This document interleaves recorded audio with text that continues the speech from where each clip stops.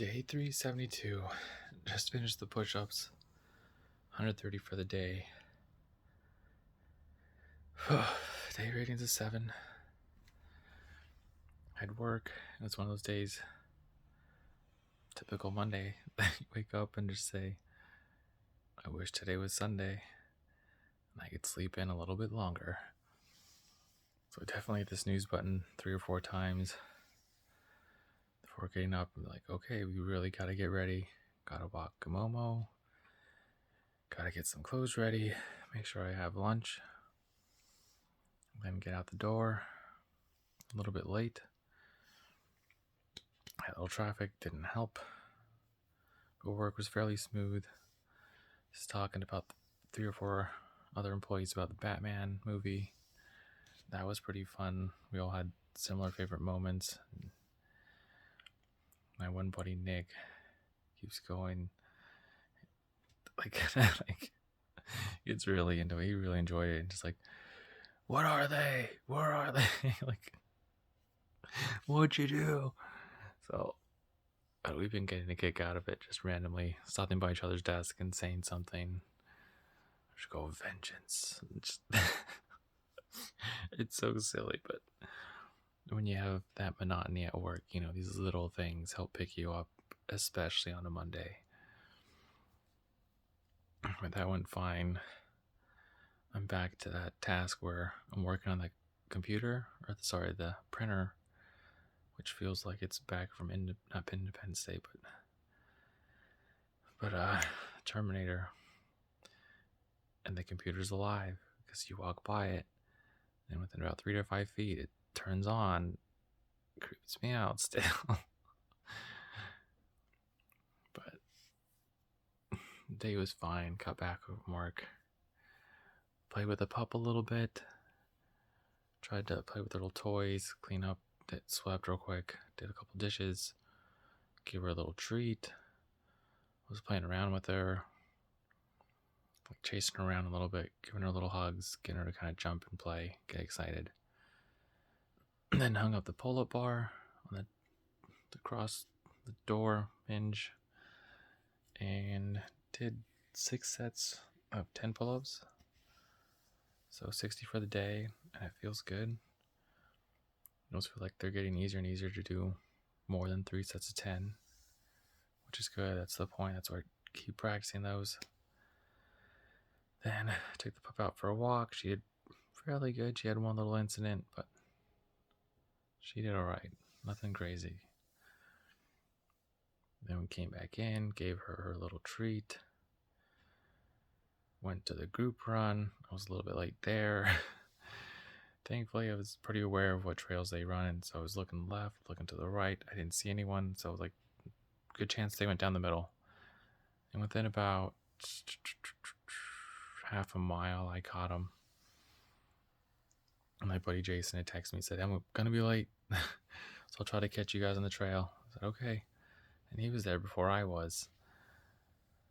And so caught him. We were chatting a little bit and talking about the weekend and recovery and running, that type of deal. Oh, and then had a great run. We did probably like 4.5 miles. It was a little bit more than 4 miles or 2 miles out, 2 miles back. But man, it was a slight incline, and after about 1.3 miles, it got into a steady climb. And then right around 1.5 miles, it was just climb. We got to like a 2-mile check mark. And then our group leader was like, nope, we got to keep going. There's another climb. So, all right, get back up, get climbing.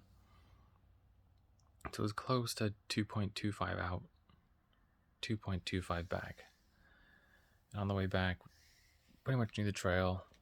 So I kind of jumped in front with the front pack and was talking to a couple of friends. And we got to the last checkpoint and said, all right, from here on out, it's a straight shot. So go however fast you want. So I asked Jason, hey, do you want to run up front, running back? He's like, go for it. And I know you're feeling good, so go for it. I'm like, okay, cool. There's a guy who took off real quick, so I was like, I'm going to try to catch him. Caught him fairly quick. Just said hi. like these little declines on the way back, they feel great, right? He's like, yeah. And I thought he was going to kind of hang on or go with me, and he just kind of set his pace, so I just kept going. And I didn't get a chance to look quite yet how fast we were going, but I mean, it felt great. Legs were taxed definitely on the way up. I could feel every incline. My quads were aching and screaming at me a little bit. So when we got to whatever stop we were at, definitely took time to kind of to breathe and recover and mentally just say, you're fine, you're okay. It's gonna take a minute, but made it for a great run. We got, the cool point was we got to the top of the hill right in time for sunset. And so we took a group picture. I think they took one in night vision too, just to see which one would turn out better. Sorry, I'm trying to load this run. There it is. So the first mile I was playing catch up. It shows 9 minutes. And then 11:16. Then about halfway we turned around. But mile 3 says 10:15. And then the fourth mile, it shows 6:29. And I wasn't trying to push the pace crazy. I was just saying I feel decently good. I've been feeling good, so I'm just trying to go with my body. Go with what my body gives me. And it's a slight decline almost the entire way back. Sometimes it levels out, but it's decline for the most part. So you just gotta lean forward, let your body take you, and don't brake too much. And it's almost free energy. You just have to keep rolling. I don't want to say like roll down the hill, but let your legs roll and use your stride. Don't try to brake and be like, nope, not too fast. Just go with it. It's a good way to train downhills is just like decline and get used to leaning forward and let your body carry that momentum, and then get steeper and steeper hills, and then really start leaning into it. And of course, you probably want good shoes with grip, especially on these kind of trails. It's a little bit loose gravel, so you gotta be careful. But yeah, I guess I was feeling better than I thought. It's for 6:29, the last mile. And then we sat and chatted for a bit, and I was talking to Jason. He said his legs were a little bit sore. He was doing some squats and lunges the other day. And he's been really consistent about getting to the weight room, and almost every day he's either been in the weight room or been doing a run or on elliptical. Like, he's been really consistent in working out. So hats off to you, buddy. Great job. Keep it up. You're seeing the results of your hard work, or if you want to say the fruits of your labor. So keep that going. But then everyone had pretty much left. We were doing a light stretch. We talked to Henry for a bit, another guy. People just slowly going one by one. And it was just me and Jason. It's like, hey, I know we've been standing around for a bit, but do you want to do some strides? And trying to get into better habits, because strides are going to help flesh out the legs and keep the legs feeling responsive and fast. So we're like, yeah, sure. And normally we go down the trail. I don't say the trail, sorry. The parking lot back to where we came. And this time there was a couple of cars leaving, so I said, they're not going to see us. Let's go to this side. And this side kind of loops around nice and easy. But I said, we've been standing around for a bit, so let's do the first two really easy. So we strided there, walked back, strided there, walked back. The third one, he said, okay, let's pick it up a little bit, see how we feel. Pick it up, felt great. Walk back, still talking, feeling great, not too winded. And all right, let's get a little faster. Let's go for it. And we pick it up, good pace. In the last 5 meters, I hear rustling around just to the side of the trail. So we're in the parking lot, and just the parking lot, there's a sidewalk, and then you kind of hit the trail right there. And I heard something, and I thought maybe someone was walking their dog, because I saw 4 legs. I saw about that huskiness, kind of like that side of the little pup. I'm like, wait, it looked too small. Like, it's not a rabbit. It wasn't as graceful as a rabbit. But I thought a dog, maybe a coyote, but then the hair didn't stand up as much as a coyote would. And so, or coyote. And I have my running light and I flashed it over there and it kind of hid behind a bush and I saw another one take off about 4 or 5 feet to the side. And I was kind of walking away, and the one that I saw originally started walking towards that one. And I kind of go, uh-oh. Like, those aren't dogs, those are javelina. Jason, let's get to the car. It's like, oh, they're more scared of us than we are of them. I'm like, yeah, as long as they don't have little babies around. If they have babies, they're gonna get really defensive real quick, and I don't want to chance it. Let's get out of here. So that was crazy. And the other crazy part was that yesterday on the 2 runs I did, I ran into 2 dogs. The first one was on the canal. This dog was barking, and I heard him bark. And then he kind of hopped up on the fence, which is about a 5-foot fence, and he put his paws up, was looking over, seeing what all the commotion was about, because he had heard other dogs on the other side of the canal barking like crazy. And then I was like, oh, hopefully he stays there. He doesn't look too aggressive. He's just curious. He had that curious look. I was like, what's going on out here? What's all the commotion about?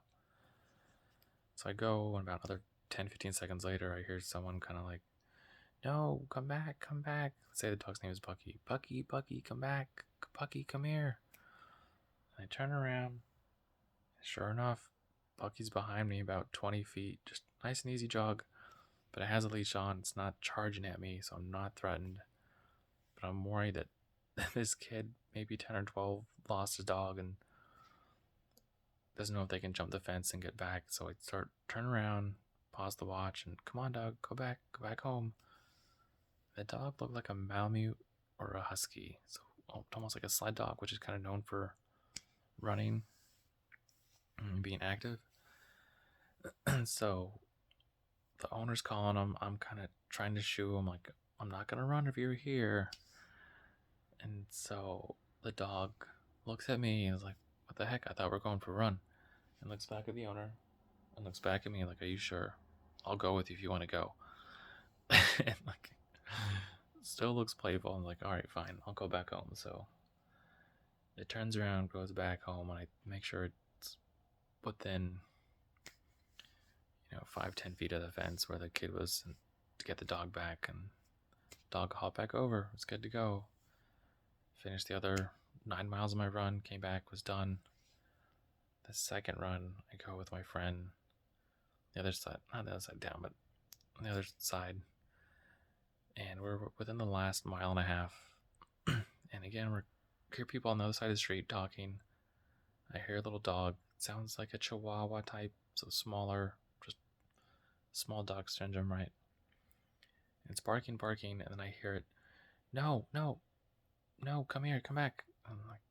And again, say the dog's name is Pookie. Pookie, no, come here. And me and my friend turn around and I see this little Chihuahua-sized dog, but long hair. I don't know if that's a thing, but that's what it looked like. And sitting there barking, and I see a car had stopped, going the opposite direction. And so obviously the dog had darted out, and then I see another car pull up, and so I don't want to chase it back, like, get back, go home. I couldn't really see where the owner was at the time. It was dark. And so I didn't want to chase it and have it scurry back because the cars probably couldn't see it. And so I was like, hey, you're okay, calm down, you're fine.